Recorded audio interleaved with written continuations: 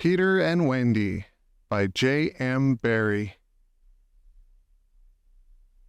Chapter 4. The Flight. Second to the right and straight on till morning. That, Peter had told Wendy, was the way to Neverland. But even birds carrying maps and consulting them at windy corners could not have sighted it with these instructions. Peter, you see, just said anything that came into his head. At first his companions trusted him implicitly, and so great were the delights of flying that they wasted time circling round church spires or any other tall objects on the way that took their fancy. John and Michael raced, Michael getting a start. They recalled with contempt that not so long ago they had thought themselves fine fellows for being able to fly round a room. Not so long ago, but how long ago? They were flying over the sea before this thought began to disturb Wendy seriously. John thought it was their second sea and their third night. Sometimes it was dark and sometimes light.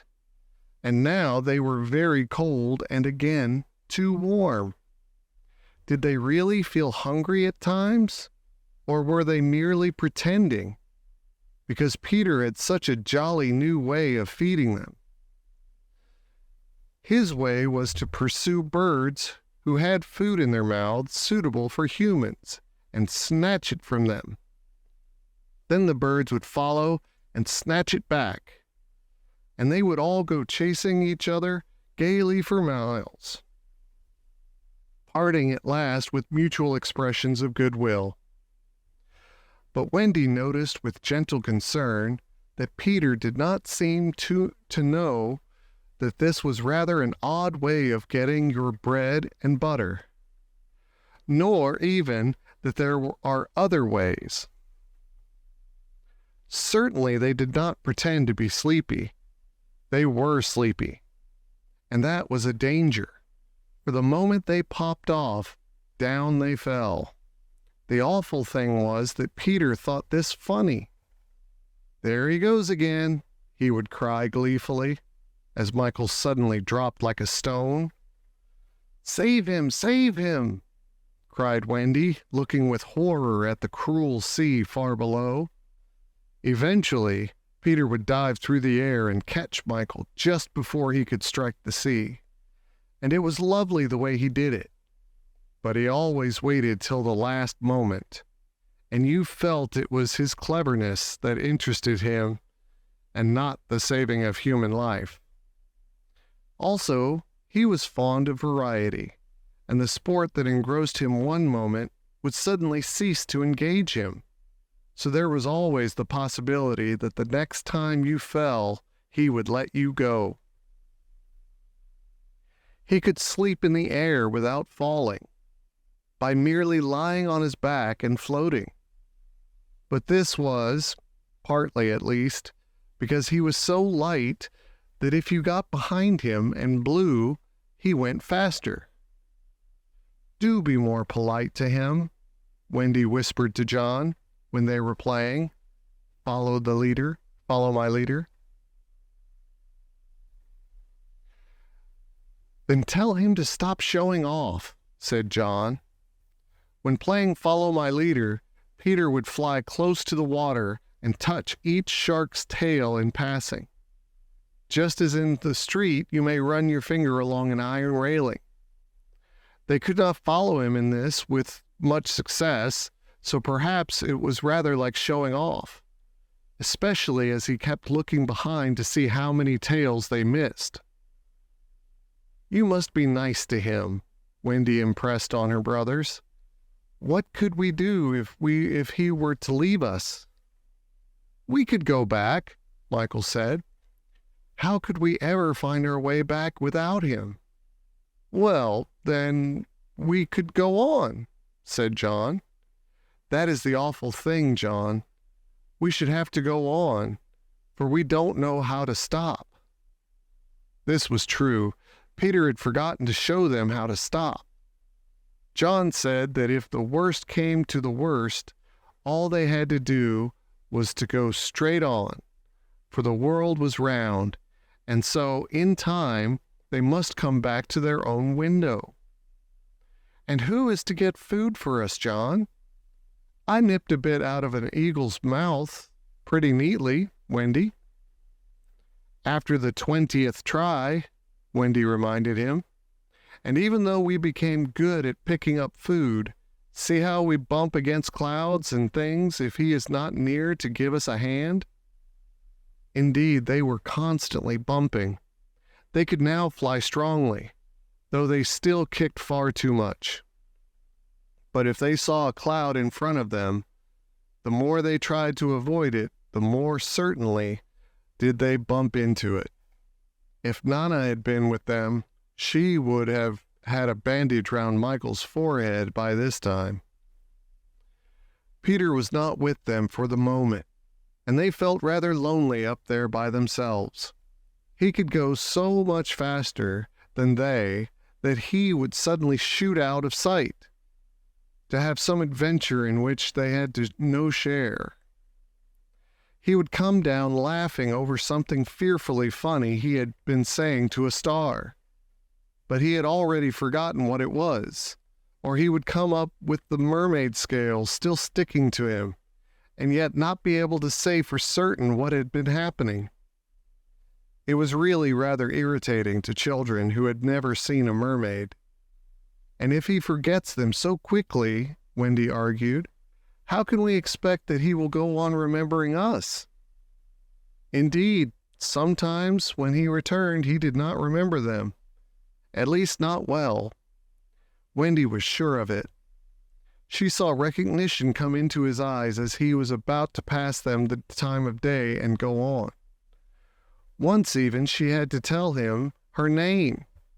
"I'm Wendy," she said agitatedly. He was very sorry. "I say, Wendy," he whispered to her, "always if you see me forgetting you, just keep on saying, 'I'm Wendy,' and then I'll remember." Of course, this was rather unsatisfactory. However, to make amends, he showed them how to lie out flat on a strong wind that was going their way. And this was such a pleasant change that they tried it several times and found they could sleep thus with security.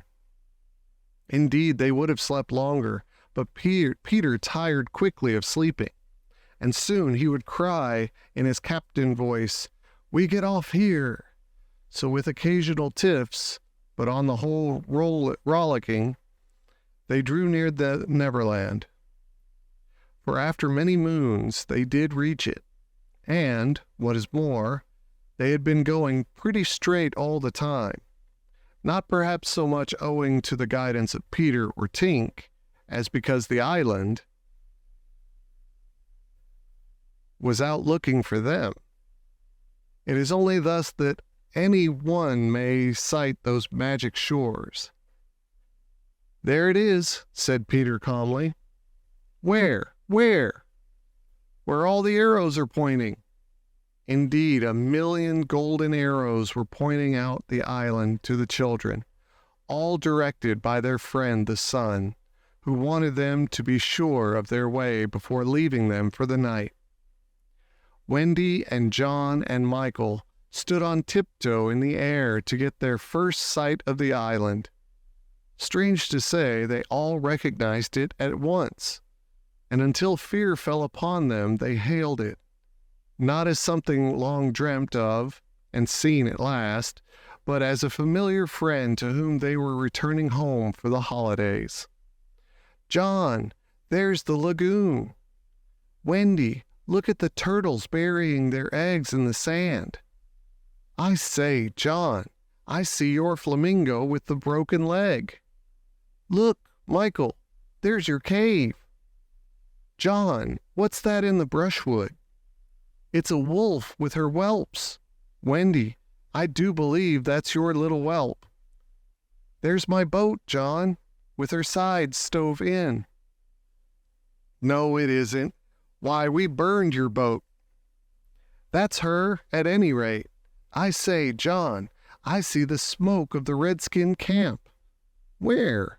Show me, and I'll tell you by the way the smoke curls whether they are on the warpath. There, just across the mysterious river. I see now. Yes, they are on the warpath right enough. Peter was a little annoyed with them for knowing so much. But if he wanted to lord it over them, his triumph was at hand. For have I not told you that anon a fear fell upon them? It came as the arrows went, leaving the island in gloom. In the old days at home, the Neverland had always begun to look a little dark and threatening by bedtime. Then unexplored patches arose in it and spread. Black shadows moved about in them.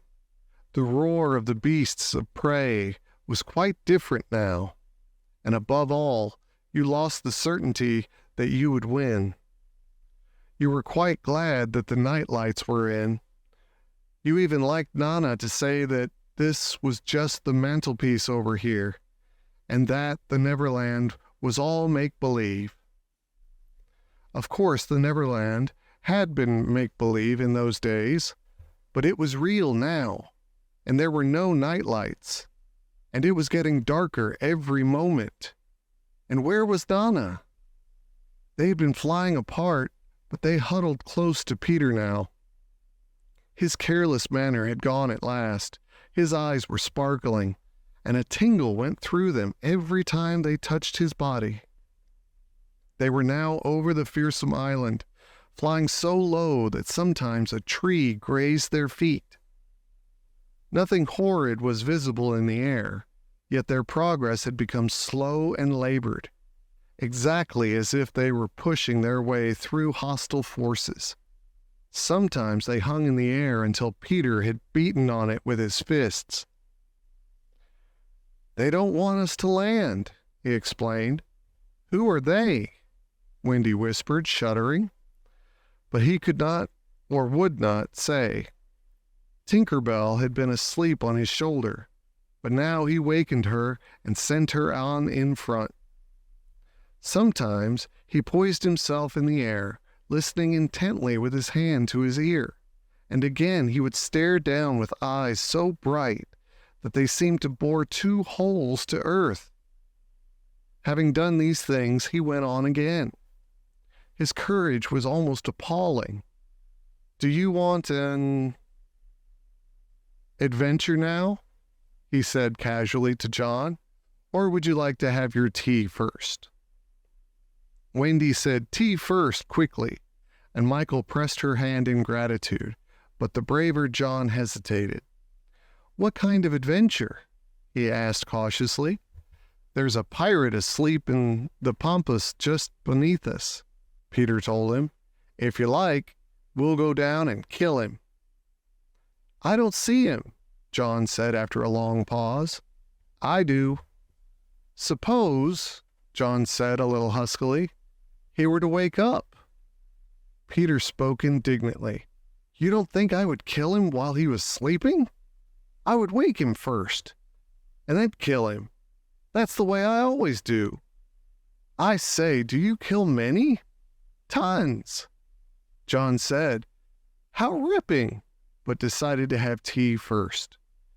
He asked if there were any pirates on the island just now, and Peter said he had never known so many. "Who is captain now?" "Hook," answered Peter, and his face became very stern as he said that hated word. "Jas Hook?" "Aye." Then indeed Michael began to cry, and even John could speak in gulps only, for they knew Hook's reputation. "He was Blackbeard's bosun," John whispered huskily. "He is the worst of them all. He is the only man of whom Barbecue was afraid." "That's him," said Peter. "What is he like? Is he big?" "He is not so big as he was." "How do you mean?" "I cut off a bit of him." "You?" "Yes, me. said Peter sharply. I wasn't meaning to be disrespectful. Oh, all right. But I say, what bit? His right hand. That he can't fight now. Oh, can't he just? Left-hander? He has an iron hook instead of a right hand, and he claws with it. Claws? I say, John, said Peter. Yes. Say, aye, aye, sir. Aye, aye, sir. There's one thing, Peter continued, that every boy who serves under me has to promise, and so must you. John paled. It is this. If we meet Hook in open fight, you must leave him to me. I promise, John said loyally. For the moment, they were feeling less eerie, because Tink was flying with them, and in her light they could distinguish each other. Unfortunately, she could not fly so slowly as they, and so she had to go round and round them in a circle, in which they moved as in a halo. Wendy quite liked it, until Peter pointed out the drawback. She tells me, he said, that the pirates sighted us before the darkness came, and got Long Tom out. The big gun? Yes, and of course they must see her light, and if they guess where we're near it, they're sure to let fly. Wendy! John! Michael!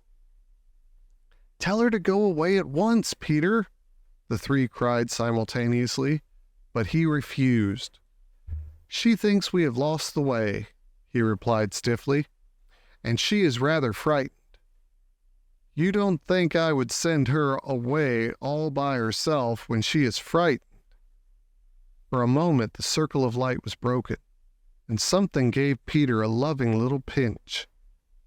Then tell her, Wendy begged, to put out her light.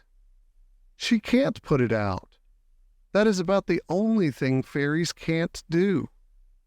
It just goes out of itself when she falls asleep, same as the stars. Then tell her to sleep at once, John almost ordered.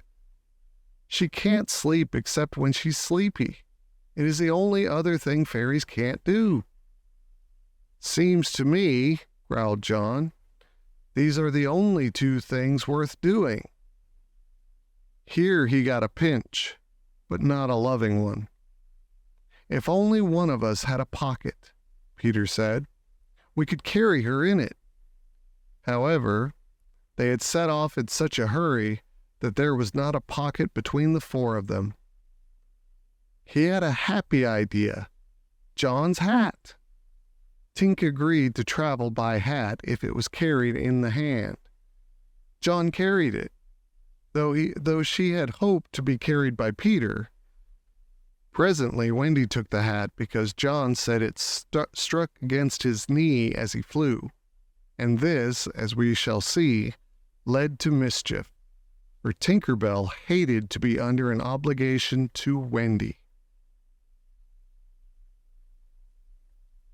In the black topper, the light was completely hidden, and they flew on in silence. It was the stillest silence they had ever known, broken once by a distant lapping, which Peter explained was the wild beasts drinking at the ford, and again by a rasping sound that might have been the branches of trees rubbing together. But he said it was the redskins sharpening their knives. Even these noises ceased. To Michael, the loneliness was dreadful. If only something would make a sound, he cried. As if in answer to his request, the air was rent by the most tremendous crash he had ever heard. The pirates had fired Long Tom at them. The roar of it echoed through the mountains, and the echoes seemed to cry savagely, "Where are they? Where are they? Where are they?" Thus sharply did the terrified three learn the difference between an island of make-believe and the same island come true. When at last the heavens were steady again, John and Michael found themselves alone in the darkness. John was treading the air mechanically, and Michael, without knowing how to float, was floating. "Are you shot?" John whispered tremulously. "I haven't tried yet," Michael whispered back. We know now that no one had been hit. Peter, however, had been carried by the wind of the shot far out to sea, while Wendy was blown upwards with no companion but Tinker Bell. It would have been well for Wendy if at that moment she had dropped the hat. I don't know whether the idea came suddenly to Tink, or whether she had planned it on the way, but she at once popped out of the hat and began to lure Wendy to her destruction. Tink was not all bad, or rather, she was all bad just now. But, on the other hand, sometimes she was all good. Fairies have to be one thing or the other, because being so small, they unfortunately have room for one feeling only at a time. They are, however, allowed to change, only it must be a complete change. At present, she was full of jealousy of Wendy. What she said in her lovely tinkle, Wendy could not, of course, understand, and I believe some of it was bad words, but it sounded kind, and she flew back and forward, plainly meaning, "Follow me, and all will be well." What else could poor Wendy do? She called to Peter and John and Michael, and got only mocking echoes in reply. She did not yet know that Tink hated her with the fierce hatred of a very woman, and so, bewildered, and now staggering in her flight, she followed Tink to her doom.